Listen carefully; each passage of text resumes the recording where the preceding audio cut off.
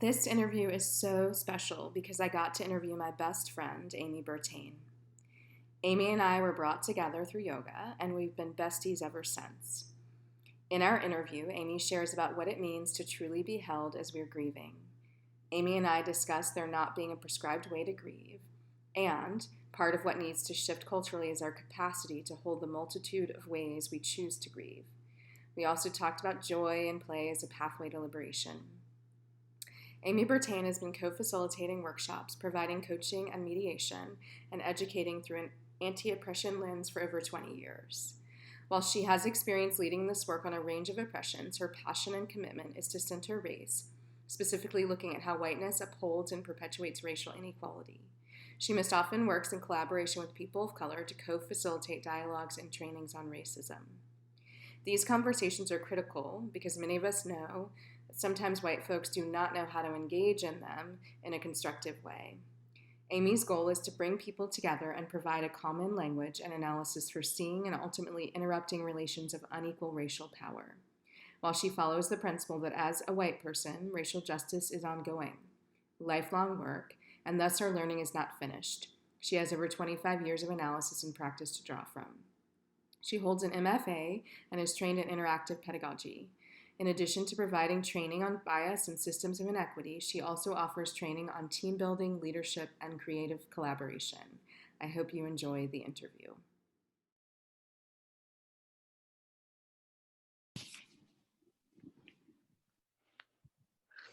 Hi, Amy. Hello. It's good to see you. Thanks for saying yes to this conversation and yes to being one of the facilitators for the in-person healing and community retreat. Well, you know, I would do anything that you put together, Michelle. I do know. So we are besties. Those of y'all watching and listening, Amy's my best friend, and Amy lives outside of Seattle on Vashon Island, and we've known each other, I don't know for how long now, 8 years maybe? I think longer than that. I can't remember when I moved to Chapel Hill. Yeah, I don't know. I don't remember either. But we met through yoga. You came into the yoga studio and we met and then became best friends. So yeah, that's the story. I'll never forget it. I know. It's good. So I'm going to invite us to start with a moment of centering before we dive into the conversation. So you can find a comfortable way to be, and those of y'all listening or watching can find a comfortable way to be, and if you want to close your eyes, you can, or you can keep them open. And take a moment to turn your attention to your breath. Begin to feel your inhales and exhales.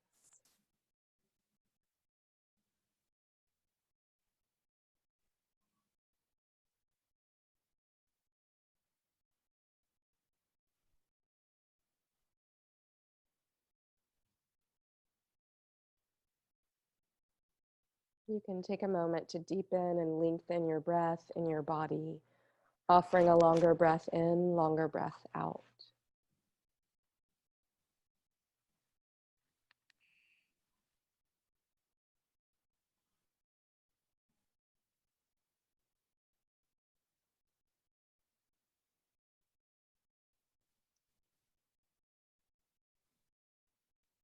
And now just take a moment to notice how you feel physically, emotionally, mentally, and spiritually.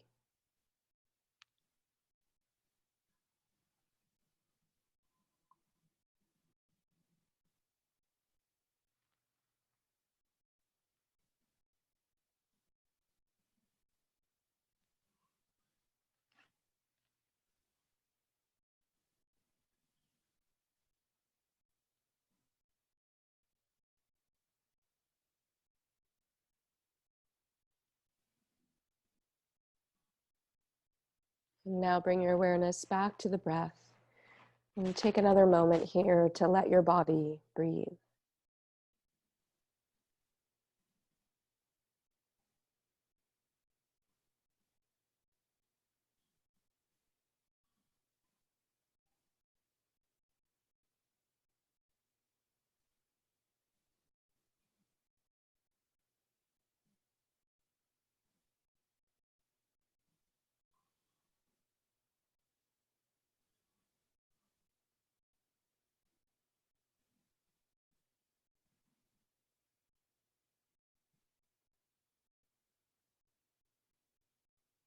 And as you feel ready, you can blink your eyes open.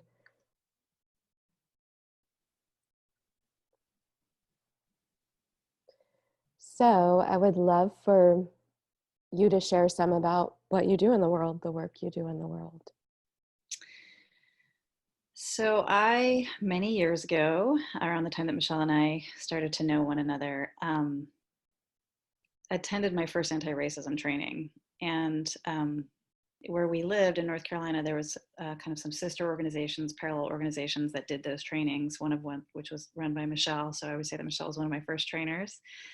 And by another group that I've worked with for a long time. And I had previously always been a person who did anti-oppression work and social justice work and was trained in the theater of the oppressed. And I always say now, was a well-meaning white person who had no race analysis. And the trainings that I attended at that time were really pivotal for me and really life-changing, honestly, in that they gave me a much needed analysis for understanding racism in the United States and what was happening. And it really, to me, felt like truth telling. And I've often said, after going through those trainings as a participant and then going back again and again and again and continuing to learn from it, I felt really, really committed to wanting to be a part of that truth telling and really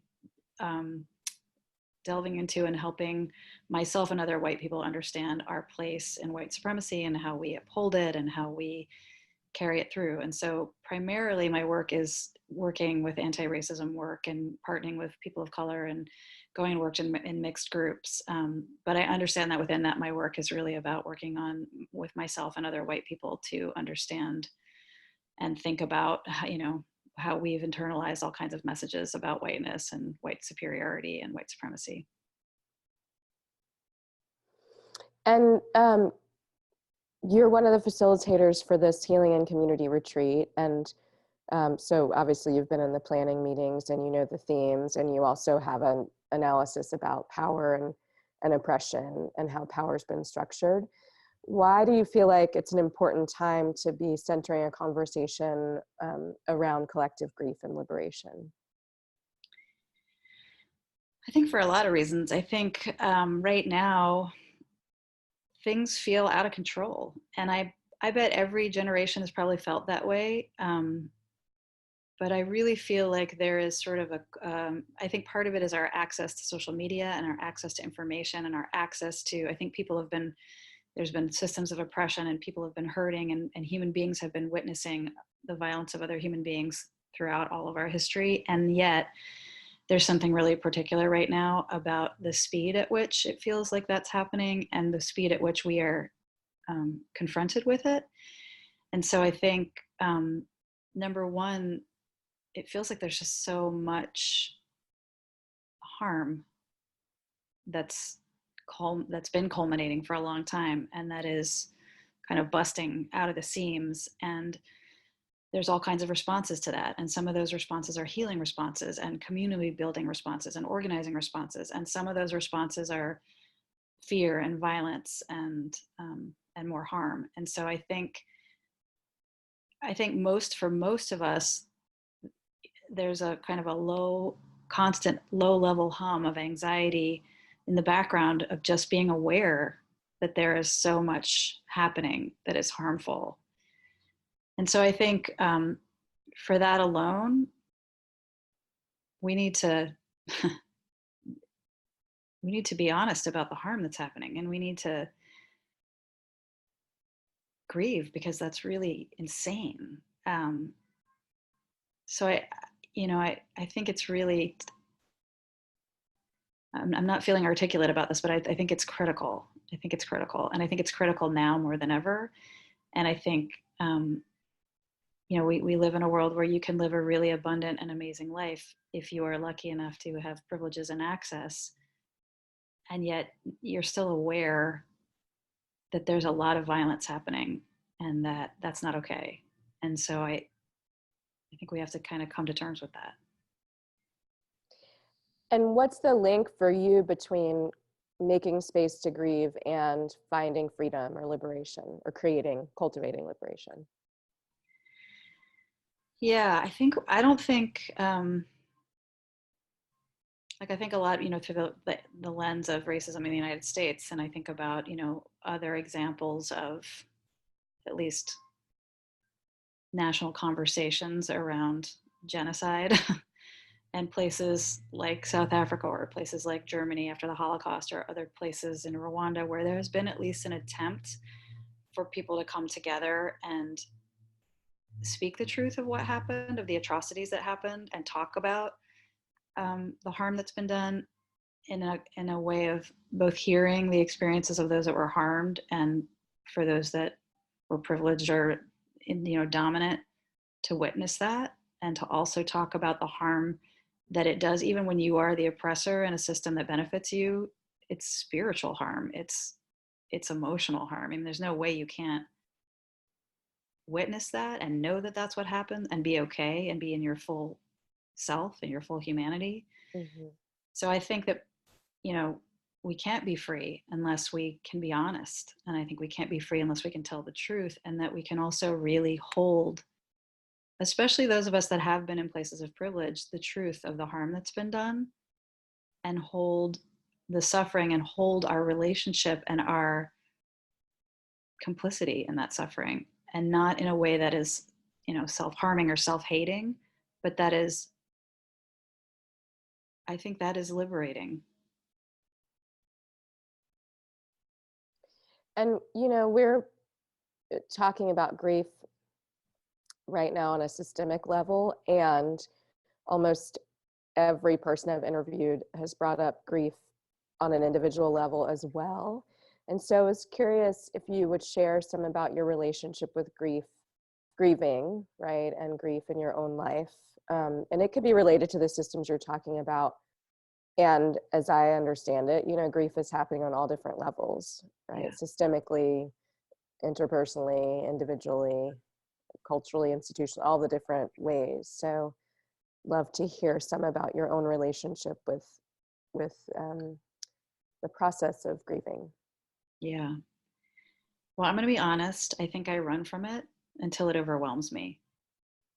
I think a lot of times that's been my pattern. Is I think, I kid myself into thinking that if I just move fast enough or do enough or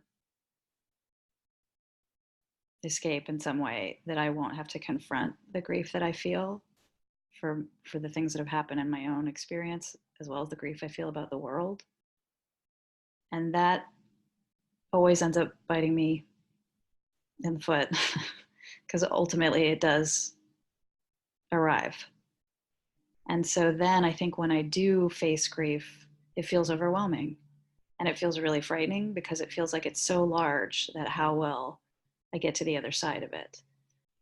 And my experience has been that that's not true, right? That and you, Michelle, as my best friend, have held me in a lot of grief and a lot of personal grief.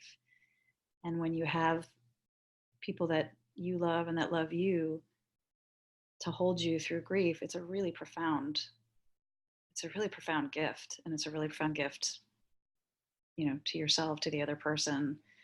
And so I think my experience has been is that when I do allow myself to go into the places of deep grief, I do come out the other side, and I come out lighter, and I come out freer, and there's more spaciousness, and there's more place to breathe, because it takes a lot of energy to hold and to hold back grief.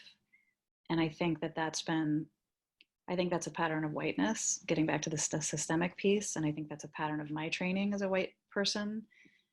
And I also think that's just, also kind of ways that I have internalized what to do with grief. And I don't think it's been healthy. I think I'm raising a son right now. And I think a lot about, in a culture that says to men, don't cry, how do I help him to be a person who can grieve? Because life is hard and there are really painful things. And I think grieving cleanses you. So I'm not sure how to model that, but I think it's critical, and I think it's important for me too. Mm-hmm. Mm-hmm. Yeah, I appreciate you naming that what you've noticed in the past, at least, is at times running from it, which I I think a lot of people run from it. And I also think culture hasn't really conditioned many of us to make space to grieve or to even talk about it. And because of that, I also think what you named about it being a gift, when someone can witness you through that, many people can't, because, you know, if I'm grieving, it calls up the grief in someone else, right? Yeah. And unless they're able to like see that and witness themselves, and then are able to witness me, it's just going to feel like too much, like I'm triggering their own grief response, right? And the things that they haven't actually made space to grieve. Yeah. But I noticed that in a lot of people. So I don't, it feels like it's personal, and maybe there's family messages about that. And it's also very cultural that we don't have space to grieve. That's how we're conditioned. Yeah, absolutely. I totally agree. And I also noticed too that there's a lot of fear. Like I have a neighbor currently whose mom has been diagnosed with cancer, and even the questioning, like, should I offer? Should I go? Will this be more of a burden that she'll have? You know, like, how do I support this person when they're giving you the messages like, no, I'm handling it. No, I'm fine. And you think, how could they be handling it? How could they be fine? There's no way. And I was thinking, when you originally talked about this conversation, one of the memories that popped up for me that I come back to a lot around grief is I spent some time in Guinea-Bissau, West Africa in my 20s when I was in the Peace Corps. Very complicated history to that. We could bring a systemic analysis to that. That's for another conversation, because there was a lot of inappropriateness to my being a white person, right, in a Black nation in a helping capacity. So I have a lot of critique about that. And I remember some very profound experiences of being in that culture. And one of them was I experienced more death there than I'd experienced in my life. And I think because of people's poverty and because of disease, I was actually at a number of funerals in the community that I lived in. And that's what people did. When there was a funeral, everybody went, right? Whether you knew the person or you didn't, everybody went to the funeral. And I'll never forget this one funeral. I think I've told you this story before. This one woman had lost her husband, and she was not very old, in her 30s or 40s, and her husband had died.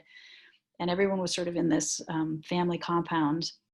And first of all, there was a communal grieving aspect to it in terms of, you know, vocalization and the way that people were grieving collectively.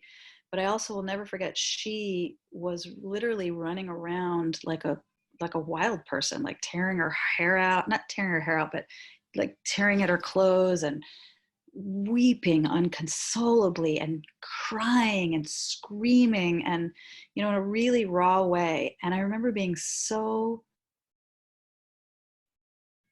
touched because nobody said to her, no, don't do that. Or, you know, it's going to be okay. You're going to be okay. People just made sure that she didn't hurt herself and she didn't hurt other people, but they allowed her to be in that really primal space of grief. And I remember being just so grateful for that, because I thought that's what her grief is. That's what her grief is. That's what my grief feels like. And we live in a culture that says there's only so much time, and this is the prescribed way you can grieve, and this is what it needs to look like.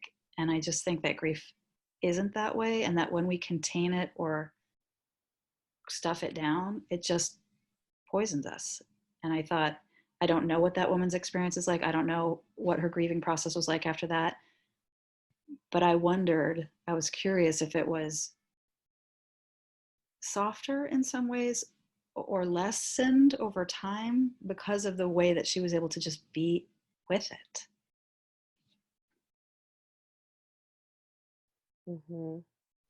Yeah, that image and memory, I think, I don't know this, and I think many people's grief feels that way.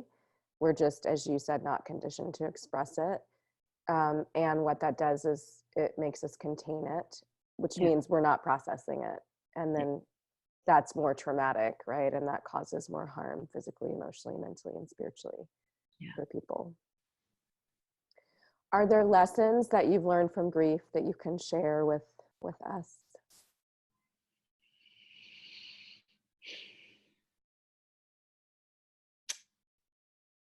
I think the lesson is that you can move through it, that it won't swallow you up. And that also, I will say, in the moments when I've been in really deep grief, when I've lost someone, it's almost like they say those moments when the veil is thin and the veil is lifted. And I'm not really saying like between this world and the next world, but everything falls away and you realize whatever those other little things that I worried about are ultimately not important. I mean, it's just, there's something very centering and grounding, and I almost want to say holy, though I'm not a religious person, about the experience that I think in those moments teaches you to appreciate even more the exquisite beauty of life, even though it is unbelievably painful. And I think, yeah, I also think that the simplicity, the simplification, and the clarity that comes at those moments, that it's not about that thing I was worried about, or that, you know, worldly thing doesn't matter. And what matters is my relationships and the people I love, and et cetera, et cetera. Um, yeah, it sounds like it part of what you've experienced is it allows you to prioritize what's important. Yeah. Which seems to be a lesson that we have to come back to over and over as humans for some reason, because we get attached to things. Yeah. And we have ego, 2 reasons, and fear, yeah, and anticipation. Yeah. Yeah, I definitely think that grief is an ego stripping experience.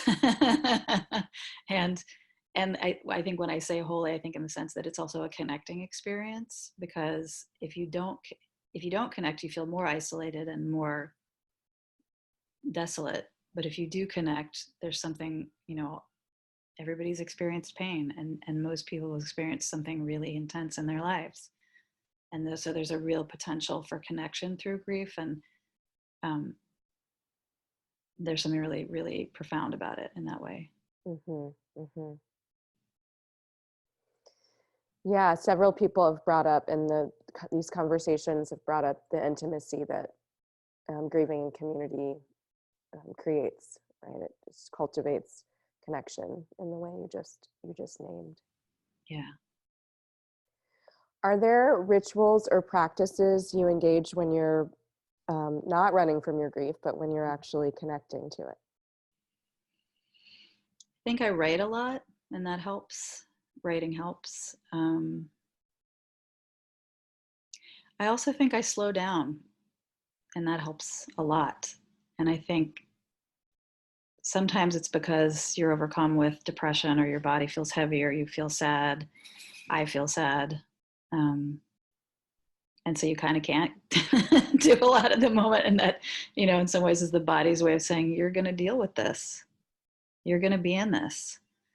And so for me, that slowing down, you know, I think I take more time to notice what's around me. I think I take more time. I pay more attention. I pay more attention to signs. I pay more attention to music. I pay more attention to whatever is kind of around me in ways that I'm able to listen more deeply. And I think that's a practice that I notice when I'm in a grief place and then start to do more of. You know what I mean? I think it would be better if I started it before the grief came. But regardless, it's a reminder. And so, yeah, listening. I do a lot more listening. I do a lot more writing. And I think I also, as a result, do a lot more gratitude practice. Mm-hmm. It's been a profound thing to do in those times. Mm-hmm. What do you feel like led you to that practice, gratitude practice, in response to, or to help you process grief? It was probably a book you gave me a while ago. That is a book about gratitude. And I think, you know, that what I've experienced is, and whether I'm in a grief place or not, the more I practice gratitude, the better I feel. And the more I practice gratitude and recognize what I'm grateful for, the more connected I feel. And it also reminds me to reach out and to express that gratitude to the people that I love, and the people that who I'm in community with, and the people that I'm struggling with. I think initially it was probably a spark from my best friend, and then it became, a practice that I recognize that the more I do, the happier my life is, honestly. And it's a sustaining practice in the moments when things feel broken. Yeah, I didn't know you were going to answer that way, so I wasn't even asking you to talk about the book. That I do remember sending you, and I sent it to someone else who I interviewed for this, where you write 10 gratitude statements every day. And when I actually found that book and some meditations, I was in a really dark, deep, like depression, grieving place, and noticed feeling a lot better because of some meditations and because of this practice of gratitude. So I do think it draws, or it can draw your attention to a different space. It can pull, in my experience, pulled me outside of myself for a moment, even as I was grieving, right? It didn't distract me from the grief. It just pulled me out of the depths of it enough to be like, oh, I'm grateful for the tree outside, right? And the sunshine and my dog Jasper, to recognize there are things around me that are alive and supporting me, and I'm held. And so I think it's a powerful practice. Yeah. I think that's really key too, because I think my experience is when I'm in my grief, I feel very alone. And anything that you can do that's a connecting practice reminds you that I'm not, that we're not. Like you said, even if it's just the earth and the trees and the sunlight, they are here, and I'm not alone. And getting back to the systemic piece, I think that part of why I was really excited to do this work with you is I think that dominant culture, white culture, or oppressive culture teaches us to isolate, to grieve alone, to be alone. And I think that there's a really powerful, like I experienced in Guinea-Bissau, thing to grieving collectively or grieving communally. And I am really drawn to that. I'm really drawn to this idea of what does it mean to hold one another in a communal space. And I don't know what that looks like. But I think that's important, because I think being connected is the way out. Yeah. So what do you feel like, you said you don't know what it would look like, right, to grieve communally, and we're going to be figuring that out because we're leading a retreat about it. And I wonder what it might look like if culture, either we created our own ways of being, which we are, or if culture prioritized a space for people to grieve and to experience that connection and liberation. Like what could that look like? Like what conditions would need to be in place for us to actually make the space that we need to communally grieve? That is a deep question. What conditions would need to be in place?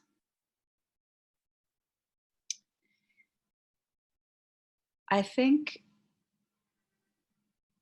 one of the things is that dominant culture would allow more time. I think there's such a time pressure all the time, whether it's in your life or in your organization or in your workplace. There's just always this pressure of time, of having to get things done in a certain amount of time or do so many things.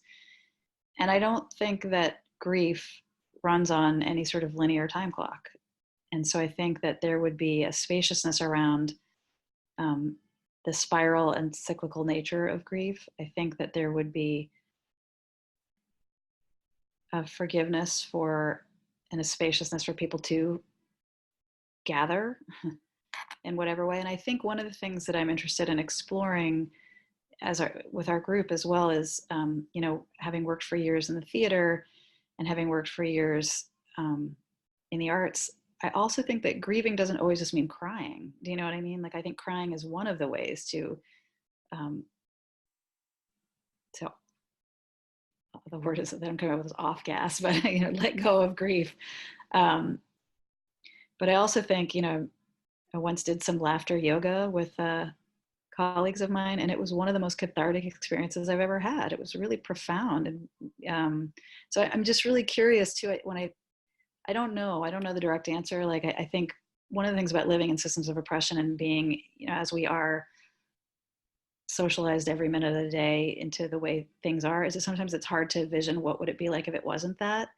And I would love, what I'm looking forward to is being with groups of people where we vision that together, because I think I alone don't see a way out of that. And I have some ideas, and one of the ideas is like, what if grief doesn't always look sad? What if the kind of release from the body, what are the other ways that we can release and connect, that is also part of the healing process, that isn't just the crying part. Mm-hmm.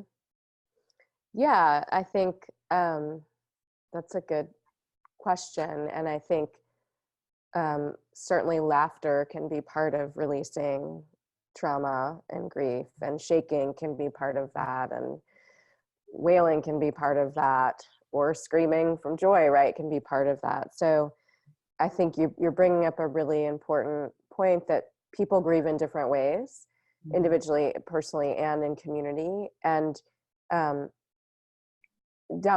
think culture, I don't know if it's dominant culture actually, but I'm sure it's tied to that. The dominant culture has really, I think, set up this idea that when we're grieving, we're sad, and it looks like crying, right? So again, it feels like another way that grief is contained, because if I'm laughing, right, and someone's just passed away, right, and I'm just doing that as a release, or someone said something funny and I was crying 10 minutes before, people don't really know what to do with that. Like, Yeah. we're not allowed to experience the full range of emotions as we're grieving. That's been my experience of it, Yeah. personally, and just watching other people too, being afraid to feel happy even Yeah. as they're grieving. Yeah. Yeah. Right. Yeah. Like, we can't do both at the same time. And in fact, I think we're doing both at the same time all of the time.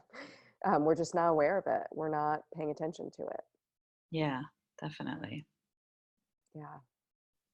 What does collective liberation mean to you?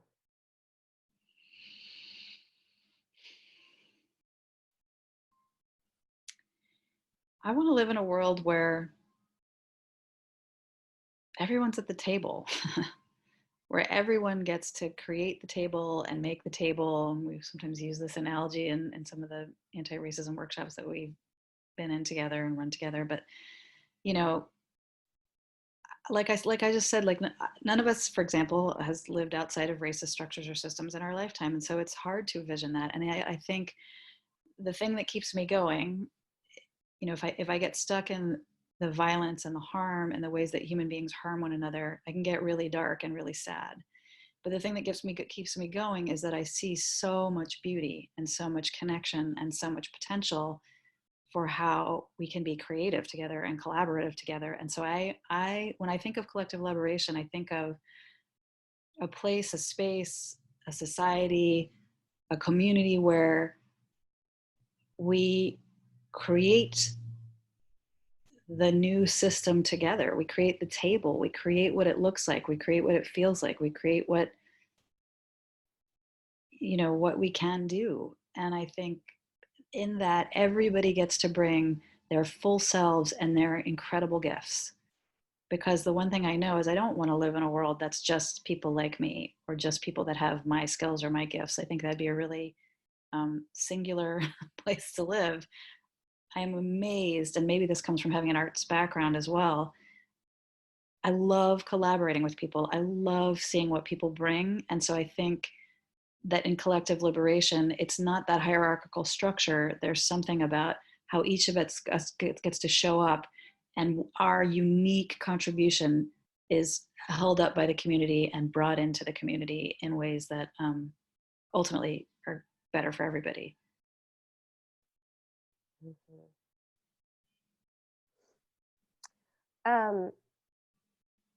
Is there anything else you want the people watching or listening to this interview to know about your own process of grief, or this link that we're making between collective grief and space to grieve and liberation? Anything else you want to share? I just think that because I think about this a lot in the work that I do, I think there is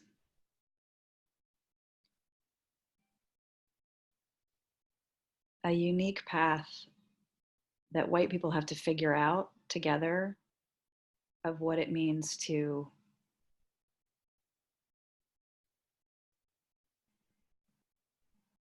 speak the truth to ourselves and to one another and grieve what we've been a part of so that we don't keep repeating it. And I know that there's a lot of buried stuff that needs to be uncovered to heal from that and to be able to show up fully. And I'm committed to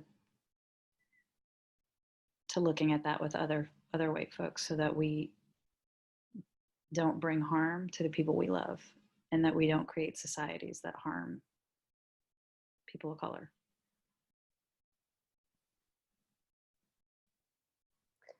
Well, can you share some about how people can find you and anything that's coming up in 2020 that you want people to know about?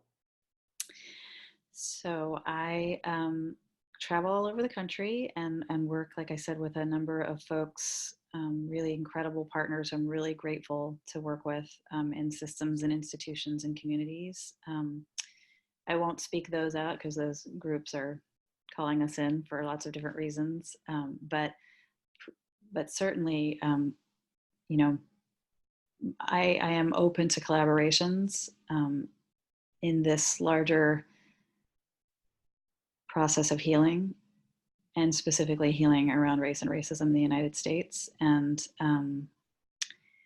you can find me on my website, amyburtaine.com. You can find me via the amazing colleagues that I work with, including Michelle. And I'm just excited. I'm excited when I meet people who are doing the kind of work that Michelle is doing. I'm excited that when I meet people that are, they're drawn to like a retreat like this. I'm excited when I meet people who are doing anti-oppression work. I'm grateful that there are many of us out there. Again, it's that thing of finding community and finding folks that, like, there's a lot of us that think that the way things are not okay. So I look forward to meeting you out there.